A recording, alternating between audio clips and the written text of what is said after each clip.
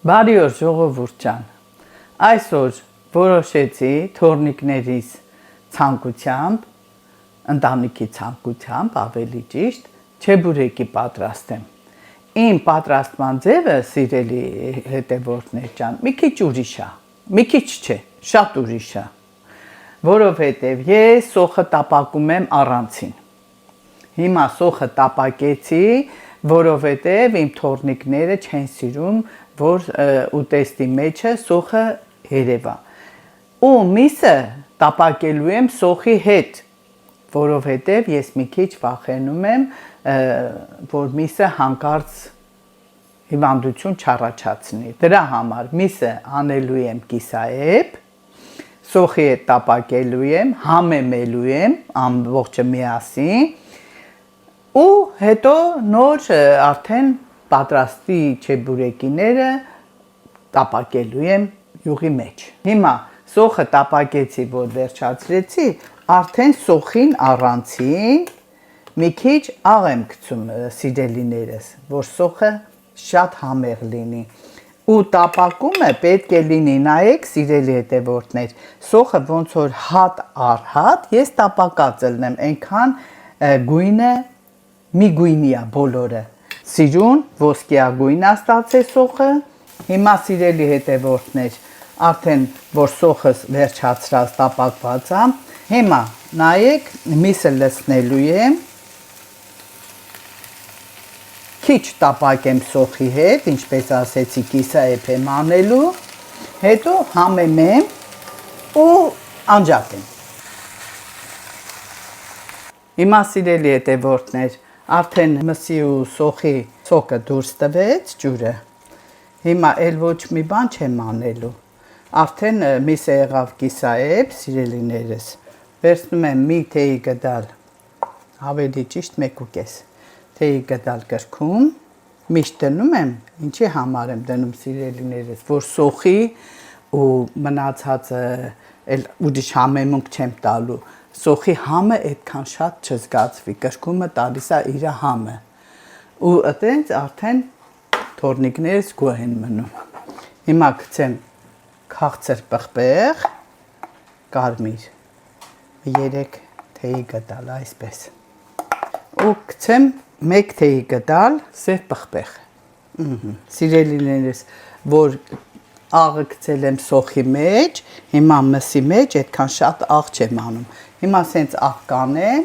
ու կհամտեսեմ։ Եթե աղը քիչ է լավ, նույնն էլ դուք արեք, եթե քիչ է լավ, ավելացրեք ձեր բերանի համով, ոնց ձեզ համեղ է, ու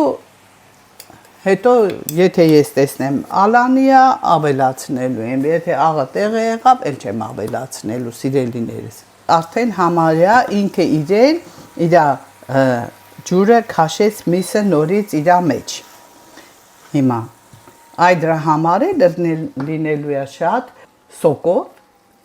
ջրալի չի կարելի ասել, իր սոկը պաշտպանում է իր մեջ, միսն էլ, սոխն էլ։ Հիմա չի ցամաքում դառնա չոր։ Տեսեք ինչպիսի սիրուն գեղեցիկ տեսք ստացավ գույնը կարմիր պղպեղի, կրկումի եւ սև պղպեղի։ Ավել ոչ մի բան չեմ գցել։ Վերցնում եմ ինչպես միշտ կես հաճարի ալուր եմ վերցնում, կես նորմալ ալուր, սպիտակ ալուր եմ վերցնում։ Հիմա կես կիլո տեսրել եմ 500 գրամ սպիտակ ալուր, հիմա վերցնում եմ 500 գրամ էլ հաճարի ալուր, ընդամենը 1 կիլոգրամ եմ վերցնում։ Վերցնում եմ 2 ճաշի գդալ ձիթապտղի յուղ։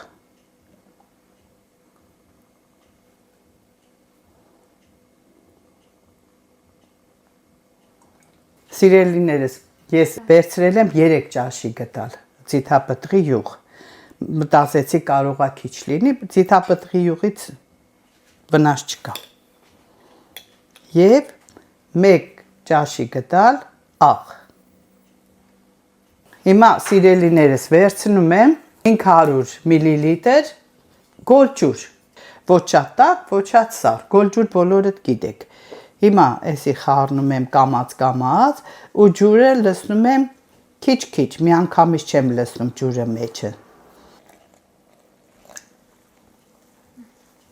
Հիմա վերցրեցի ու երկու ձեռքով պետք է լավ տրորեմ, պետք է լինի պինդ խմոր, սիրելի հետևորդներ։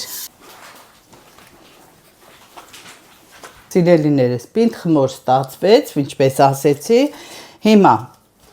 դնելու եմ ամանի մեջ, մի 10-ից 15 րոպե հանգստանա, ծածկելու եմ, խմորը հանգստանա։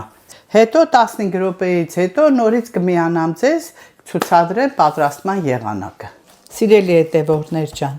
արդեն սկսեցինք պատրաստման փուլը։ Հիմա ինչպես ձեզ ասեցի, մեր խմորը ունի երկու ալյուր, երկու տեսակի ալյուրից է պատրաստված։ Հիմա սիրելիներս, անում ենք այնպես, ինչպես ես միշտ տարել եմ։